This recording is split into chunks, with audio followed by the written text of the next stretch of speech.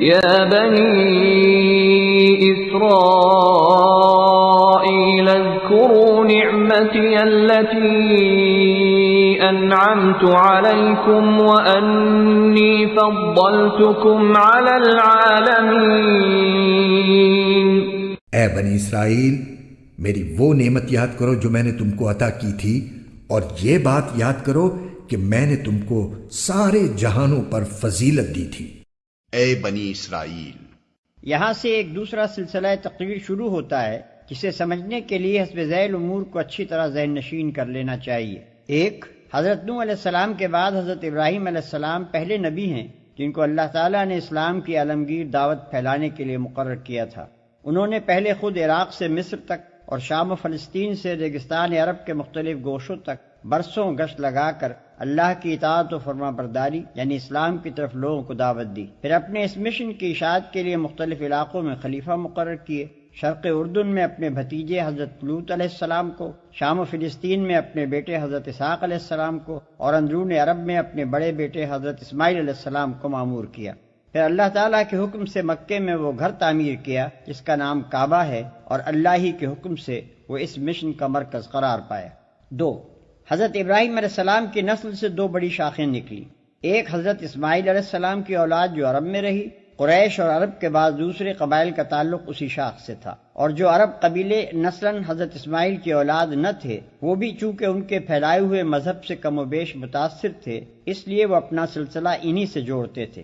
دوسرے حضرت اسحاق علیہ السلام کی اولاد جن میں حضرات یعقوب علیہ السلام، یوسف علیہ السلام، موسیٰ علیہ السلام، داؤد علیہ السلام، سلیمان علیہ السلام، یحییٰ علیہ السلام، عیسیٰ علیہ السلام اور بہت سے انبیاء علیہ السلام پیدا ہوئے.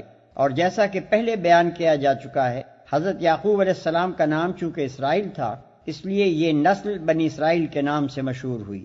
ان کی تبلیغ سے جن دوسری قوموں نے ان کا دین قبول کیا انہوں نے یا تو اپنی انفرادیت ہی ان کے اندر گم کر دی یا وہ نسلاً تو ان سے الگ رہے مگر مذہباً ان کے متبع رہے. اسی شاخ میں جب پستی و تنزل کا دور آیا تو پہلے یہودیت پیدا ہوئی اور پھر عیسائیت نے جنم لیا. 3، حضرت ابراہیم کا اصل کام دنیا کو اللہ کی اطاعت کی طرف بلانا اور اللہ کی طرف سے آئی ہوئی ہدایت کے مطابق انسانوں کی انفرادی و اجتماعی زندگی کا نظام درست کرنا تھا. وہ خود اللہ کے مطیع تھے، اس کے دیے ہوئے علم کی پیروی کرتے تھے، دنیا میں اس علم کو پھیلاتے تھے اور کوشش کرتے تھے کہ سب انسان مالک کائنات کے مطیع ہو کر رہیں. یہی خدمت تھی جس کے لیے وہ دنیا کے امام و پیشوا بنائے گئے. ان کے بعد یہ امامت کا منصب ان کی نسل کی اس شاخ کو ملا جو حضرت اسحاق علیہ السلام اور حضرت یعقوب علیہ السلام سے چلی اور بنی اسرائیل کہلائی. اسی میں انبیاء پیدا ہوتے رہے، اسی کو راہ راست کا علم دیا گیا، اسی کے سپرد یہ خدمت کی گئی کہ اس راہ راست کی طرف اقوام عالم کی رہنمائی کرے، اور یہی وہ نعمت تھی جسے اللہ تعالیٰ بار بار اس نسل کے لوگوں کو یاد دلا رہا ہے. اس شاخ نے حضرت سلیمان علیہ السلام کے زمانے میں بیت المقدس کو اپنا مرکز قرار دیا، اس لیے جب تک یہ شاخ امامت کے منصب پر قائم رہی بیت المقدس ہی دعوت اللہ کا مرکز اور خدا پرستوں کا قبلہ رہا. 4، پچھلے 10 رکوعوں میں اللہ تعالیٰ نے بنی اسرائیل کو خطاب کر کے ان کی تاریخی فرد قرارداد جرم اور ان کی وہ موجودہ حالت جو نزول قرآن کے وقت ہی بے کموکاست پیش کر دی ہے، اور ان کو بتا دیا ہے کہ تم ہماری اس نعمت کی انتہائی ناقدری کر چکے ہو جو ہم نے تمہیں دی تھی. تم نے صرف یہی نہیں کیا کہ منصب امامت کا حق ادا کرنا چھوڑ دیا بلکہ خود بھی حق اور راستی سے پھر گئے، اور اب ایک نہایت قلیل عنصر صالح کے سوا تمہاری پوری امت میں کوئی صلاحیت باقی نہیں رہی ہے. 5، اس کے بعد اب انہیں بتایا جا رہا ہے کہ امامت ابراہیم علیہ السلام کے نطفے کی میراث نہیں ہے بلکہ یہ اس سچی اطاعت و فرمانبرداری کا پھل ہے جس میں ہمارے اس بندے نے اپنی ہستی کو گم کر دیا تھا، اور اس کے مستحق صرف وہ لوگ ہیں جو ابراہیم علیہ السلام کے طریقے پر خود چلیں اور دنیا کو اس طریقے پر چلانے کی خدمت انجام دیں. کیونکہ تم اس طریقے سے ہٹ گئے ہو اور اس خدمت کی اہلیت پوری طرح کھو چکے ہو لہذا تمہیں امامت کے منصب سے معزول کیا جاتا ہے. 6، ساتھ ہی اشاروں میں یہ بھی بتا دیا جاتا ہے کہ جو غیر اسرائیلی قومیں موسیٰ علیہ السلام اور عیسیٰ علیہ السلام کے واسطے سے حضرت ابراہیم علیہ السلام کے ساتھ اپنا تعلق جوڑتی ہیں وہ بھی ابراہیمی طریقے سے ہٹی ہوئی ہیں. نیز مشرکین عرب بھی جو ابراہیم و اسماعیل علیہ السلام سے اپنے تعلق پر فخر کرتے ہیں محض نسل و نسب کے فخر کو لیے بیٹھے ہیں، ورنہ ابراہیم و اسماعیل علیہ السلام کے طریقے سے اب ان کو دور کا واسطہ بھی نہیں رہا ہے. لہذا ان میں سے کوئی بھی امامت کا مستحق نہیں ہے۔ 7، پھر یہ بات ارشاد ہوتی ہے کہ اب ہم نے ابراہیم علیہ السلام کی دوسری شاخ بنی اسماعیل میں وہ رسول پیدا کیا ہے جس کے لیے ابراہیم علیہ السلام اور اسماعیل علیہ السلام نے دعا کی تھی۔ اس کا طریقہ وہی ہے جو ابراہیم علیہ السلام، اسماعیل علیہ السلام، اسحاق علیہ السلام، یعقوب علیہ السلام اور دوسرے تمام انبیاء کا تھا۔ وہ اور اس کے پیرو تمام ان پیغمبروں کی تصدیق کرتے ہیں جو دنیا میں خدا کی طرف سے آئے ہیں اور اسی راستے کی طرف دنیا کو بلاتے ہیں جس کی طرف سارے انبیاء دعوت دیتے چلے آئے ہیں۔ لہذا اب امامت کے مستحق صرف وہ لوگ ہیں جو اس رسول کی پیروی کریں۔ 8، تبدیل امامت کا اعلان ہونے کے ساتھ ہی قدرتی طور پر تحویل قبلہ کا اعلان ہونا بھی ضروری تھا۔ جب تک بنی اسرائیل کی امامت کا دور تھا، بیت المقدس مرکز دعوت رہا اور وہی قبلہ اہل حق بھی رہا۔ خود نبی عربی صلی اللہ علیہ وسلم اور آپ کے پیرو بھی اس وقت تک بیت المقدس ہی کو قبلہ بنائے رہے، مگر جب بنی اسرائیل اس منصب سے باضابطہ معزول کر دیے گئے تو بیت المقدس کی مرکزیت آپ سے آپ ختم ہو گئی۔ لہذا اعلان کیا گیا کہ اب وہ مقام دین الہی کا مرکز ہے جہاں سے اس رسول کی دعوت کا ظہور ہوا ہے، اور چونکہ ابتدا میں ابراہیم علیہ السلام کی دعوت کا مرکز بھی یہی مقام تھا، اس لیے اہل کتاب اور مشرکین کسی کے لیے بھی یہ تسلیم کرنے کے سوا چارہ نہیں ہے کہ قبلہ ہونے کا زیادہ حق کعبے ہی کو پہنچتا ہے۔ ہٹ دھرمی کی بات دوسری ہے کہ وہ حق وقت جانتے ہوئے بھی اعتراض کیے چلے جائیں۔ 9، امت محمد صلی اللہ علیہ وسلم کی امامت اور کعبے کی مرکزیت کا اعلان کرنے کے بعد ہی اللہ تعالیٰ نے 19ویں رکوع سے آخر سورہ بقرہ تک مسلسل اس امت کو وہ ہدایات دی ہیں جن پر اسے عمل پیرا ہونا چاہیے۔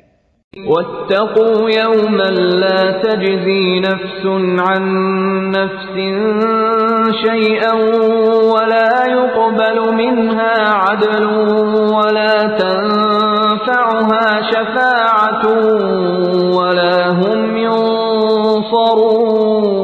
ينصرون۔ اور اس دن سے ڈرو جس دن کوئی شخص بھی کسی کو کچھ کام نہیں آئے گا، نہ کسی سے کسی قسم کا فدیہ قبول کیا جائے گا، نہ اس کو کوئی سفارش فائدہ دے گی اور نہ ان کو کوئی مدد پہنچے گی۔ بنی اسرائیل پر اللہ تعالیٰ کی نعمتوں اور ان کے مقابلے میں بنی اسرائیل کی نافرمانیوں کا جو ذکر اوپر سے چلا آ رہا ہے، اس کا آغاز آیت 47 اور 48 میں تقریباً انہی الفاظ سے کیا گیا تھا۔ اب سارے واقعات تفصیل سے یاد دلانے کے بعد پھر وہی بات ناصحانہ انداز میں ارشاد فرمائی گئی ہے کہ ان سب باتوں کو یاد دلانے کا اصل مقصد تمہاری خیر خواہی ہے اور تمہیں ان واقعات سے اس نتیجے تک پہنچ جانا چاہیے۔ وَإِذِ ابْتَلَىٰ إِبْرَاهِيمَ رَبُّهُ بِكَلِمَاتٍ فَأَتَمَّهُنَّ قَالَ إِنِّي جَاعِلُكَ لِلنَّاسِ إِمَامًا قَالَ وَمِن ذُرِّيَّتِي قَالَ لَا يَنَالُ عَهْدِ الظَّالِمِينَ۔ اور وہ وقت یاد کرو جب ابراہیم کو ان کے پروردگار نے کئی باتوں سے آزمایا اور انہوں نے وہ ساری باتیں پوری کی۔ اللہ نے ان سے کہا، میں تمہیں تمام انسانوں کا پیشوا بنانے والا ہوں۔ ابراہیم نے پوچھا، اور میری اولاد میں سے؟ اللہ نے فرمایا، میرا یہ عہد ظالموں کو شامل نہیں ہے۔ یہاں سے حضرت ابراہیم علیہ السلام کے کچھ حالات و واقعات شروع ہو رہے ہیں، اور پچھلی آیتوں سے ان واقعات کا دو طرح گہرا تعلق ہے۔ ایک بات تو یہ کہ یہودی، عیسائی اور عرب کے بت پرست، یعنی تینوں وہ گروہ جن کا ذکر اوپر آیا ہے، حضرت ابراہیم علیہ السلام کو اپنا پیشوا مانتے تھے، مگر ہر گروہ یہ دعویٰ کرتا تھا کہ وہ اسی کے مذہب کے حامی تھے۔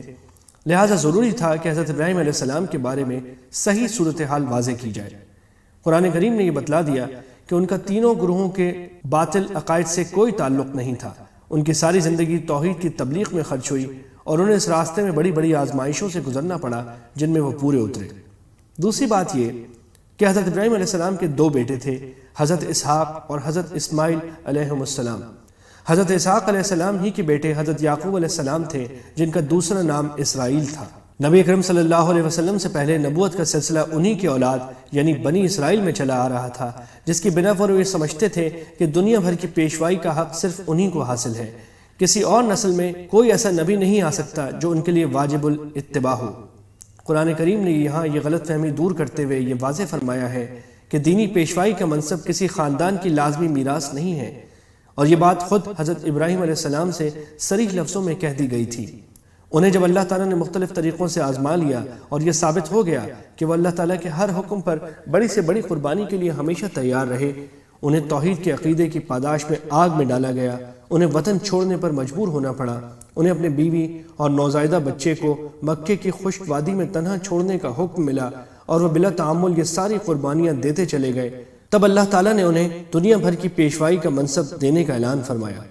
اسی موقع پر جب انہوں نے اپنی اولاد کے بارے میں پوچھا تو صاف طور پر بتلا دیا گیا کہ ان میں جو لوگ ظالم ہوں گے، یعنی اللہ تعالیٰ کی نافرمانی کر کے اپنی جانوں پر ظلم کریں گے، وہ اس منصب کے حقدار نہیں ہوں گے۔ بنی اسرائیل کو صدیوں آزمانے کے بعد ثابت یہ ہوا ہے کہ وہ اس لائق نہیں ہیں کہ قیامت تک پوری انسانیت کی دینی پیشوائی ان کو دی جائے۔ اس لیے نبی آخر الزماں صلی اللہ علیہ وسلم اب حضرت ابراہیم علیہ السلام کے دوسرے صاحبزادے یعنی حضرت اسماعیل علیہ السلام کی اولاد میں بھیجے جا رہے ہیں، جن کے لیے حضرت ابراہیم علیہ السلام نے دعا کی تھی کہ وہ اہل مکہ میں سے بھیجے جائیں۔ اب چونکہ دینی پیشوائیں منتقل کی جا رہی ہیں، اس لیے اب قبلہ بھی اس بیت اللہ کو بنایا جانے والا ہے جو حضرت ابراہیم علیہ السلام اور ان کے صاحبزادے حضرت اسماعیل علیہ السلام نے تعمیر کیا تھا۔ اس مناسبت سے آگے تعمیر کعبہ کا واقعہ بھی بیان فرمایا گیا ہے۔ یہاں سے آیت نمبر 152 تک جو سلسلہ کلام آ رہا ہے اس کو اس پس منظر میں سمجھنا چاہیے۔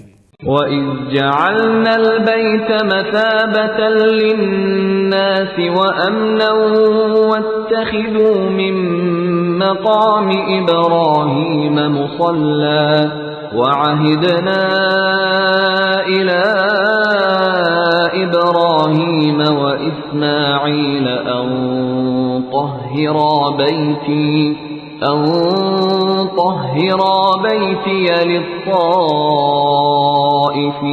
وَالْعَاكِفِينَ وَالرُّكَّعِ السُّجُودِ۔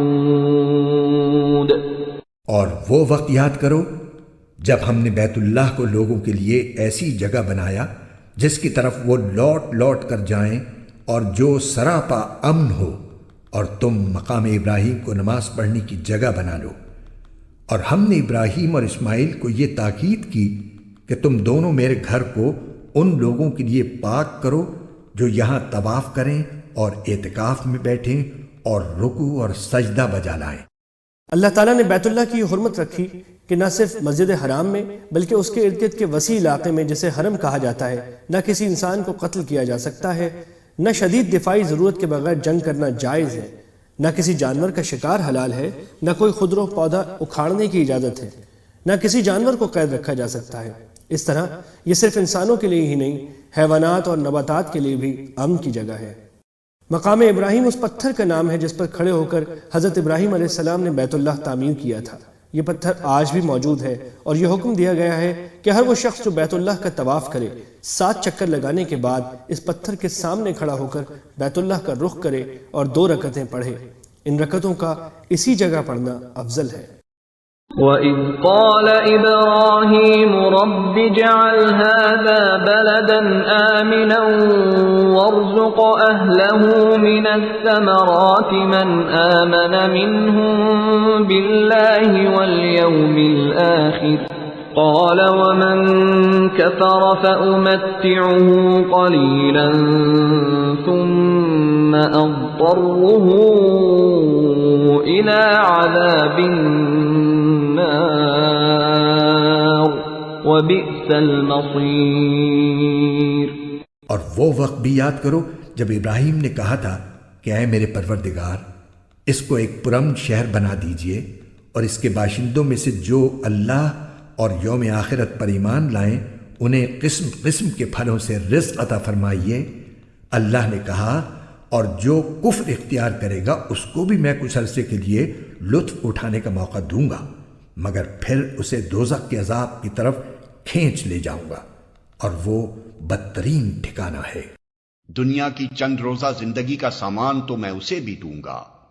حضرت ابراہیم علیہ السلام نے جب منصب امامت کے متعلق پوچھا تھا تو ارشاد ہوا تھا کہ اس منصب کا وعدہ تمہاری اولاد کے صرف مومن و صالح لوگوں کے لیے ہے، ظالم اس سے مستثنا ہے۔ اس کے بعد حضرت ابراہیم علیہ السلام رزق کے لیے دعا کرنے لگے تو سابق فرمان کو پیش نظر رکھ کر انہوں نے صرف اپنی مومن اولاد ہی کے لیے دعا کی، مگر اللہ تعالیٰ نے جواب میں اس غلط فہمی کو فوراً رفع فرما دیا اور انہیں بتایا کہ امامت صالحہ اور چیز ہے اور رزق دنیا دوسری چیز۔ امامت صالحہ صرف مومنین صالحین کو ملے گی، مگر رزق دنیا مومن و کافر سب کو دیا جائے گا۔ اس سے یہ بات خود بخود نکل آئی کہ اگر کسی کو رزق دنیا فراوانی کے ساتھ مل رہا ہو تو وہ اس غلط فہمی میں نہ پڑے کہ اللہ اس سے راضی بھی ہے اور وہی خدا کی طرف سے پیشوائی کا مستحق بھی ہے۔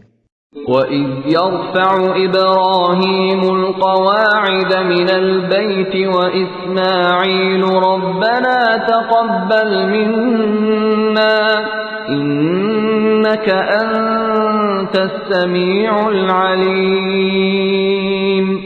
اور اس وقت کا تصور کرو جب ابراہیم بیت اللہ کی بنیادیں اٹھا رہے تھے اور اسماعیل بھی ان کے ساتھ شریک تھے، اور دونوں یہ کہتے جاتے تھے کہ اے ہمارے پروردگار، ہم سے یہ خدمت قبول فرما لے، بے شک تو اور صرف تو ہی ہر ایک کی سننے والا، ہر ایک کو جاننے والا ہے۔